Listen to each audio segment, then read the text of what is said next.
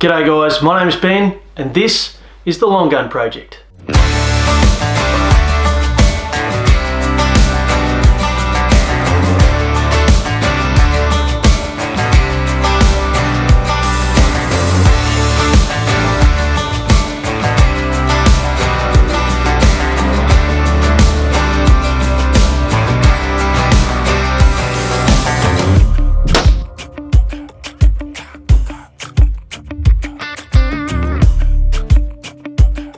Welcome back to another episode of The Long Gun Project. My name is Ben and you are watching episode 4. Now, it's been a couple of weeks since our last episode, which was episode 3.7, and what I'd like to do is just bring you up to date on everything that's happened since then. Now, you'll probably remember from previous episodes that I had shot out the barrel of my 6.5 Creedmoor competition rifle and needed to get a new barrel fitted. But there was a competition coming up at Monarto. I couldn't get the barrel changed in time, made the slightly regrettable decision to use a 300 Winchester Magnum, and if you want to know how all of that worked out, just go back and watch episode 3.7. However, I did get a proof stainless barrel from Delta Tactical down in Melbourne, so Danny and Tony, guys, thank you very much for getting that out to me so quickly. I then took the barrel and the rifle across to Canberra, and Russell at Group Solutions Gunsmithing chambered and fitted the barrel up, and it's now back up and running and shooting beautifully. So Russell, thank you very, very much for fitting me in your tight schedule and helping me get back up and running. Also, about 2 days after my last episode was posted, these showed up. And what are these, I hear you ask? Well, if you remember back to like episode 3, I had some cases that were not gripping the projectiles properly, so I needed some smaller internal diameter neck bushings to bring those neck sizes down so I could get some more consistent neck tension and hopefully some improved accuracy with it. So that's what these are. They've turned up about 8 to 12 weeks, I guess, after I ordered them. But the important thing is they are here, and that has allowed me to do some more load development, which I am going to spare you. But I've got a couple of loads that we'll test over the next couple of days, and we're going to stretch those out and see which one of the two performs better and hopefully move forward with that. Yeah. Yay for neck bushings, I suppose. Can I get a high five for neck? Oh no, it doesn't matter. Now, the last thing I'd like to do before we pack the ute and head into the field is give you guys some really exciting news. I was approached recently by Wedgetail Industries, who are a major Australian firearms manufacturer, and they have very generously offered to sponsor me for the PRS Australia series. And as you can tell, I'm pretty excited. But at the same time, I'm very humbled because of all the shooters that they could choose to sponsor, they've decided to give me this opportunity. So I'd like to give a big shout out to Alex and all the team at Wedgetail. Guys, thank you very much for this opportunity and choosing to put your faith in me. I'm extremely excited and very, very happy to be working with and representing such a great Australian company. So guys, thank you very much. And in light of that announcement, I think it's only fitting that we celebrate by going and spending the next 2 days shooting the CHATAC.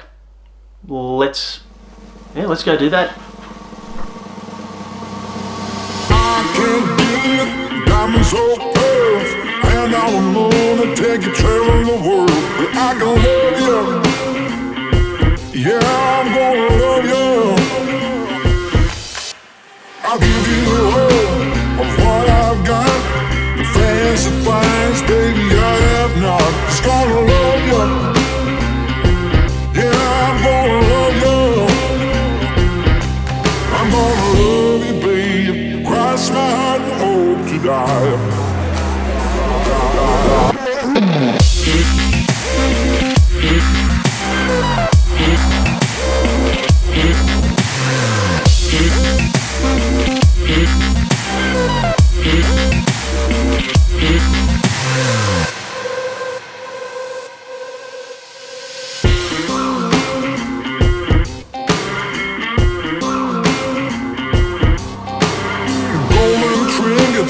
Mobile phone, expensive shoes, you can get your own. Just gonna love you.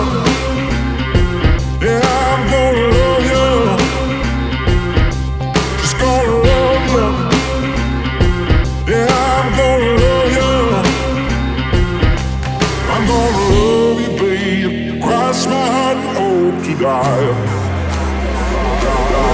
So after 2 days of shooting the Showtac, I think we've got some pretty reasonable results. We are on at 550 metres, we're on at 930 metres, and also on at 1130 metres, which is the furthest target that we've got set out at the present time. The loads I think are okay. They can do with a bit more tweaking and get a little bit more accuracy out of them, but I'm going to do that in the background and spare you the pain and drama of watching me sweat over things like seeding depths and all those sorts of good yarns. Now, stretching the Showtac out to greater distance is going to have to take a bit of a back seat because I'm switching my focus now to preparing for the next round of the PRS Australia competition, which is the Steelpocalypse, which is held down at Eagle Park in Victoria. So, practice for the Steelpocalypse. What does that look like? Well, you know what? It's probably easier just to show you. Yeah, I'll just show you. Okay guys, back at our usual shooting spot, just down out of the wind so you can hear me properly. I'm out here going to do a bit of practice with the Creedmoor because I've got the new barrel on it now. I've got a bit of gunpowder and time to spare, and we shot the Showtac on the weekend, so I'll put that away for a bit. We've got Little River coming up in less than 2 weeks now, so probably not a bad time to do a bit of practice.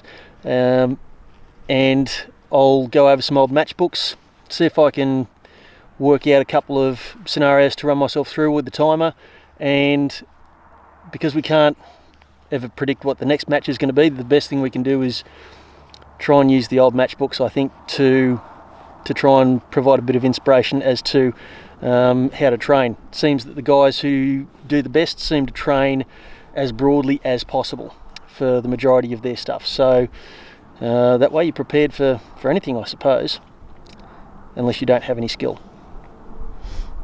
And then, yeah, no amount of preparation will help you, I guess. So the plan is to run through some old serials or plagiarise them a bit to focus the practice. My aim is to dry fire these first, so that if I've got any issues with getting myself in a position and supporting the weapon properly and that sort of stuff, it'll get exposed during dry fire and I haven't thrown ammunition at it. So that's my plan. Dry fire it first and run through a few of those and then live fire it. And if the dry fire works well, I can dry fire as much as I want. And if the dry firing's going well, then I can move across to live fire, and that should confirm everything that I've learned about what I've been doing in the dry fire process. So that's my plan. If it doesn't work, you guys will obviously get to observe all of that. So either way, successful or unsuccessful, it should be entertaining for you guys. So I'll get stuck into it and get out from behind this ute. Being a real bad boy. I've got a ton of gravel in my shoe, world on my shoulder, heart full of blues. I'm in the dirt, down in the dirt.